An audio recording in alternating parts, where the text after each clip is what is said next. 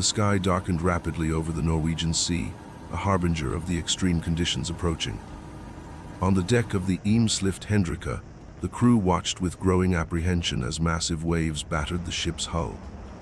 The sound of the howling wind and the continuous impact of water created a palpable atmosphere of tension.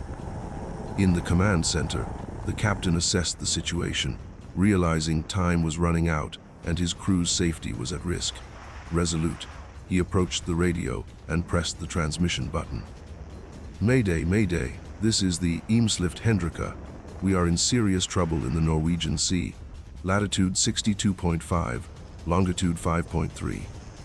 The ship's structure has been compromised due to water ingress and extreme rolling. There are 12 crew members on board. Repeating, Mayday." The message echoed on the international emergency frequency, breaking the silence of other vessels and the Norwegian Coast Guard. The captain, though experienced, knew the ship's fate depended on the authorities' swift response. On the other end, the reply was firm and reassuring. "Eemslift Hendrika, this is the Norwegian Coast Guard. We received your message. Rescue team mobilizing. Estimated arrival in 45 minutes. Continue monitoring conditions and provide updates every 15 minutes. Meanwhile, the captain activated the ship's internal alarms, a deafening sound that reverberated through every corridor and compartment. The crew, already aware of the gravity of the situation, rushed to execute orders crucial for their survival. "Crew, attention! We are in an emergency situation. Everyone must prepare for the worst-case scenario. Wear life jackets, inspect the lifeboats, and prepare emergency kit." Below deck, engineers hurried to the lower compartments where water ingress was most critical. The ship's rolling made every movement a challenge, but determining the level of damage and taking necessary containment measures was vital. "The water level is rising rapidly in the aft section," one of the engineers shouted over the internal radio. "Sealing watertight compartments now," another responded while pulling the levers that would close the hermetic door. The bilge pumps roared to life, working at full capacity to remove the accumulated water. However, the battle against the sea was uneven. Each wave hitting the ship seemed to bring more water aboard. Even so, the crew persevered to maintain control. Meanwhile, the captain communicated with the Coast Guard again. "The situation is deteriorating. The water ingress is compromising our stability. We're redistributing the cargo weight to minimize the roll." The response came promptly. "Understood, Captain. Our aerial team is en route, but the weather conditions are causing delays. Prepare for a possible evacuation." On deck, crew members worked tirelessly to redistribute the cargo. Containers were moved to the ship's forward section, a risky task due to the relentless motion of the wave. Meanwhile, others inspected the lifeboats and ensured emergency supplies were ready. "Captain, all lifeboats have been inspected, life jackets distributed. We have flashlights, portable radios, and water and food supplies ready," reported an officer. "Excellent. Stay prepared.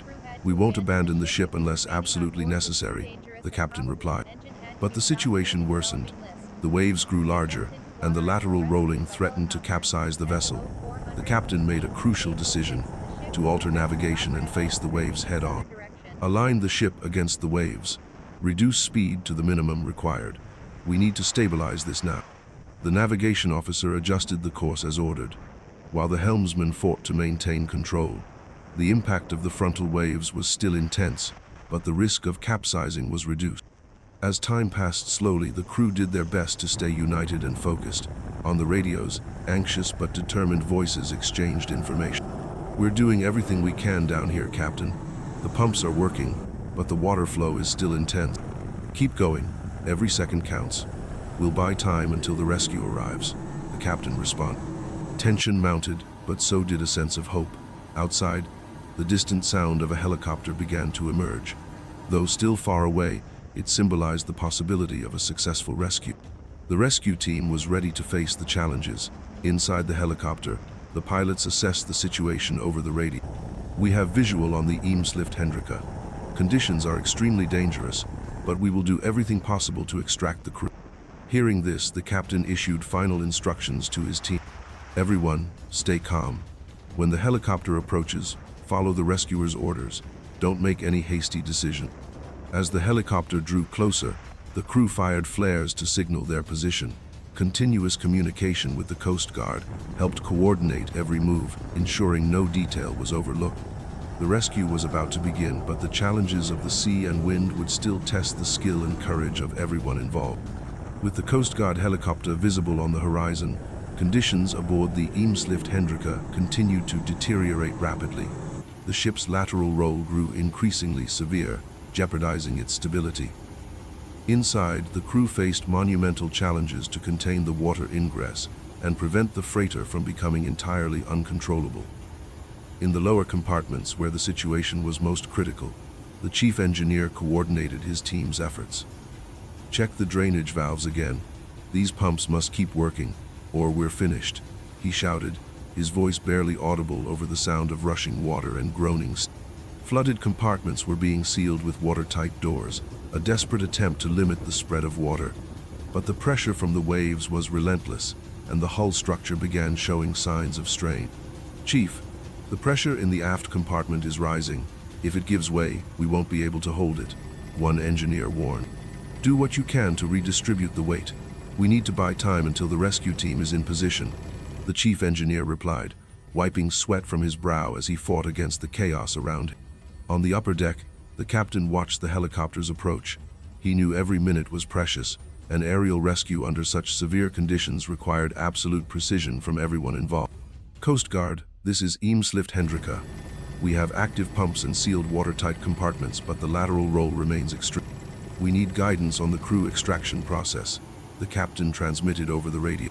The response came swiftly, marked by the characteristic firmness of maritime rescue operation. "Eemslift Hendrika, understood. The rescue team will begin extraction in groups.